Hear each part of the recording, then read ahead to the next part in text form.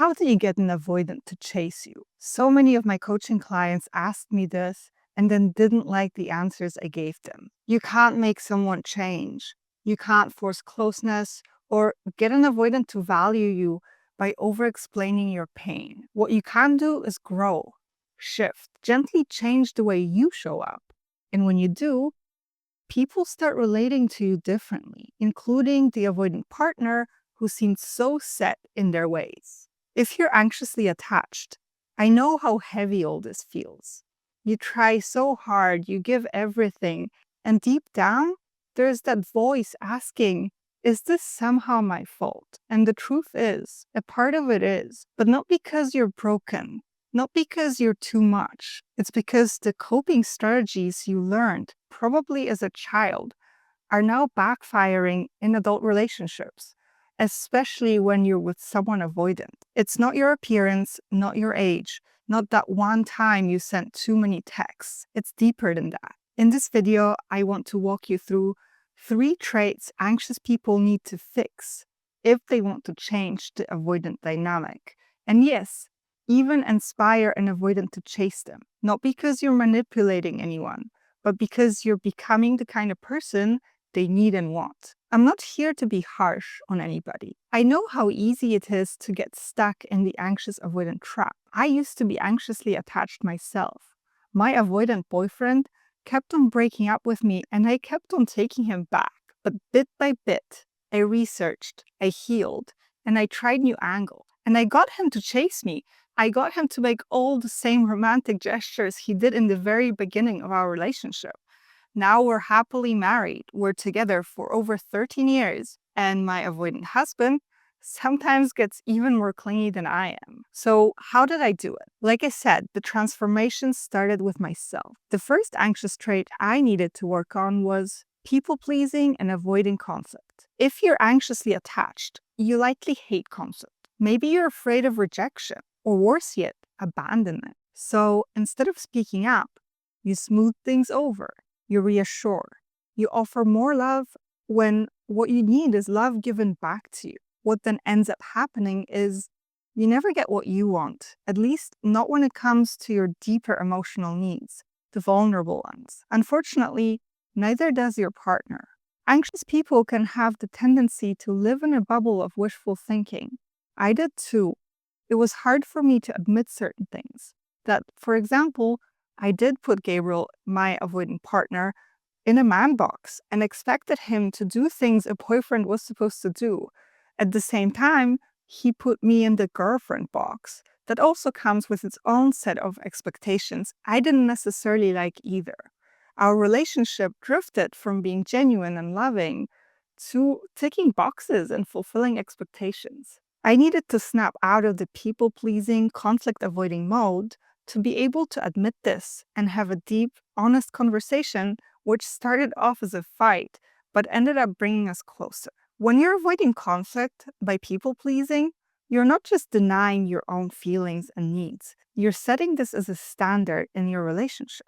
In order to be able to stop pretending and let conflict in, you also need to work on the second anxious trait, tackling your fear of being abandoned.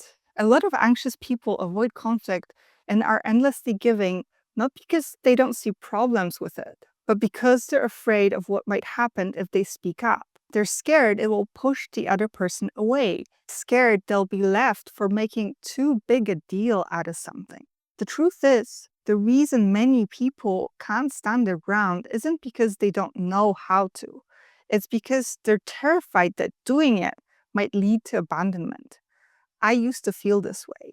The idea of someone walking away from me over a disagreement made me go into panic mode. Eventually, I had to ask myself, why is abandonment so scary? What do I think it means about me if someone decides to leave? Once I started facing that fear and doing the inner work, things began to change. I stopped fixating so much on the outcome of our relationship and fantasizing about our happy future. I became more grounded, more level-headed. The fear of abandonment lost its grip over me. I became more of an equal rather than a desperate chaser. And that shift, It changed the entire dynamic with Gabriel, my avoidant partner. He actually started stepping up more because I wasn't clinging or chasing anymore. I wasn't operating from fear. Letting go of people pleasing and working through your fear of abandonment isn't easy, but it's necessary if you want an avoidant partner to start seeing you differently and start valuing you more. Speaking of recognizing your own value, it's not just your partner who needs to see what you bring to the table. You need to see it too.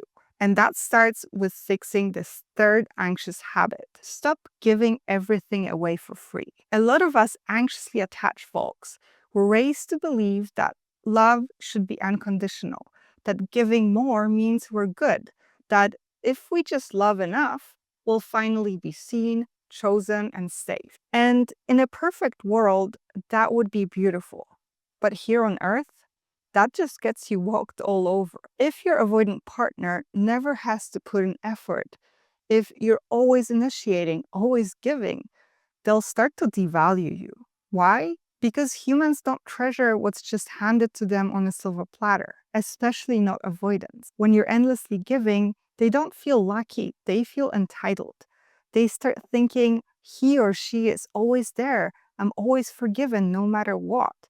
I don't really need to do much. And the more insecure you feel, the more secure they feel, and not in a good way. It creates a warped balance where your anxiety feeds their comfort and the gap between you keeps on widening. So what's the antidote? Recognize your own worth. Don't give love and energy like it's on clearance. Make your avoidant partner earn access to the most generous, nurturing parts of you. The bottom line. If you want an avoidant to chase you, don't beg, convince, or perform. It will only backfire. Become someone who doesn't chase. When you stop people-pleasing, face your fear of abandonment, and stop giving everything away for free, something amazing happens. You stop trying to prove your value and start embodying it. And when you do, that avoidant, who once felt so distant, might suddenly start leaning in. Because you're no longer the anxious chaser, you're the secure, grounded partner they always wanted you to be. And whether they step up or not, you already won. If they don't fight and just let you go, it means they were never worth the effort. Most avoidants only realize they care once it's too late. Only once they lose you for good do they start chasing and love bombing. You don't need to wait this long. You can start implementing these changes and get your partner to chase you much sooner. If today's video hit home, especially around people-pleasing, fear of abandonment, and giving too much, you're not alone. These are the exact patterns that keep the anxious avoidant dynamic stuck. That's why we created Attach and Avoidant, an online program that walks you through exactly how to shift this dynamic without losing yourself in the process. You learn how to stop chasing, break the anxious habits that push avoidance away, and show up in a way that naturally draws them in without playing games or pretending to be someone you're not. If you're ready to stop feeling powerless in your relationship and start getting the closeness you actually want, you'll find the link to Attach and Avoidant in the description below. If you enjoyed this video, don't forget to like, subscribe, and leave me a comment letting me know what resonated with you. You're not alone in this. You've got this.